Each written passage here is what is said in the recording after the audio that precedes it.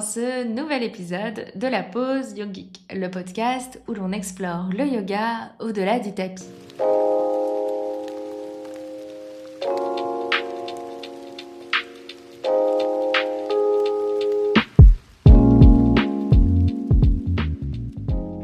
Aujourd'hui, j'avais envie de revenir à quelque chose de très simple, mais qui me semble pourtant très important.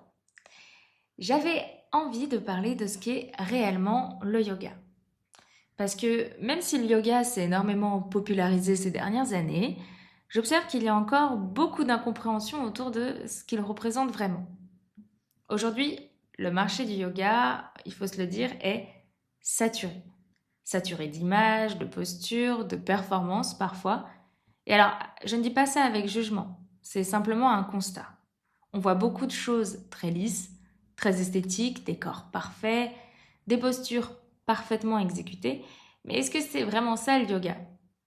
Et alors, je préfère vous le dire tout de suite, je ne vais pas vous parler des clichés qu'on entend souvent autour du yoga.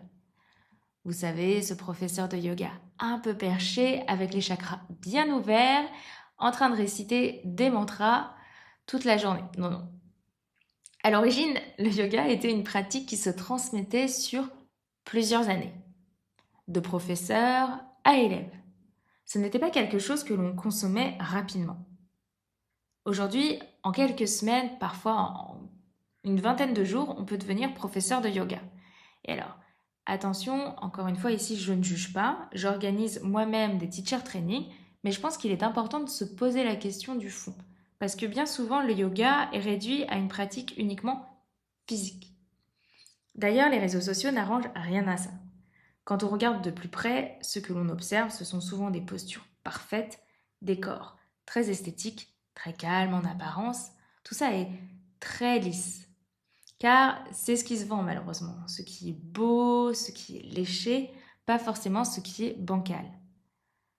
Parce que si je vous dis que toutes les postures, que la pratique physique ne représente qu'une toute petite partie du yoga, environ 10%, eh bien là, ça change quand même la donne.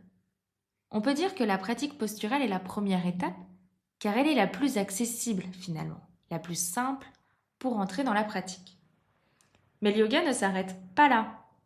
Le yoga, c'est une philosophie de vie, un ensemble d'outils qui nous permettent d'unir le corps et l'esprit. Et ces outils vont être multiples. Donc il y a les postures, la respiration, la méditation, mais aussi la concentration, la discipline, l'écoute, l'observation. D'ailleurs, le mot yoga vient du sanskrit yog, qui signifie unir, relier. C'est tout simplement l'union du corps, de l'esprit et du souffle.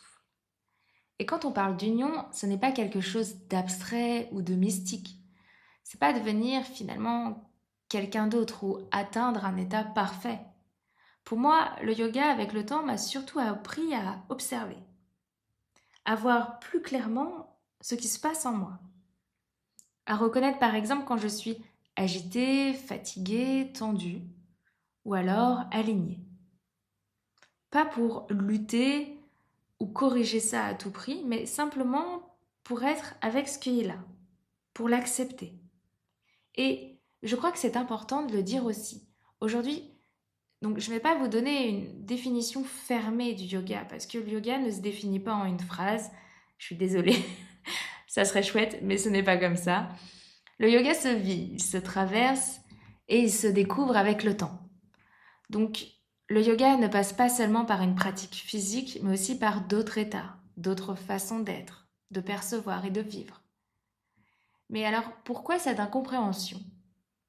Comme on l'a vu, les réseaux sociaux jouent un rôle important, car on est dans une quête de performance, de perfection du corps. Pourtant, le yoga est un chemin intérieur, une quête de retour à soi. Un chemin qui consiste finalement à enlever plutôt qu'à ajouter. Et ensuite, il faut dire les choses comme elles le sont. On s'intéresse souvent moins à la philosophie, à la théorie qu'à la pratique.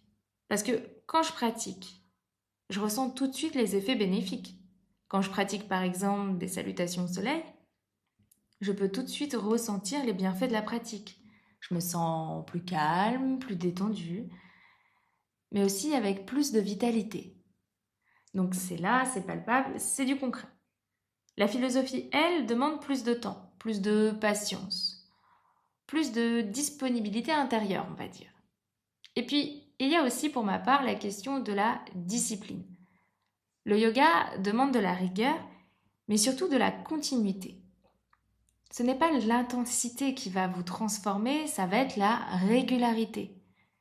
Et je tiens à le dire clairement, si aujourd'hui vous pratiquez seulement le yoga physique, eh bien c'est ok. Il n'y a aucun jugement. Chacun est là où il doit être. Et quand un jour vous vous sentirez prêt, prête à aller plus en profondeur, alors je vous inviterai à vous renseigner et à explorer la philosophie et à en comprendre les principes. De toute façon, ne vous inquiétez pas, on va en parler ici très bientôt dans ce podcast. Voilà, c'est tout pour aujourd'hui. Merci d'avoir pris le temps de m'écouter. J'espère que cet épisode vous a plu. Si c'est le cas, n'hésitez pas à le partager autour de vous. Et on se retrouve très bientôt pour un nouvel épisode de la pause yogique. Bye.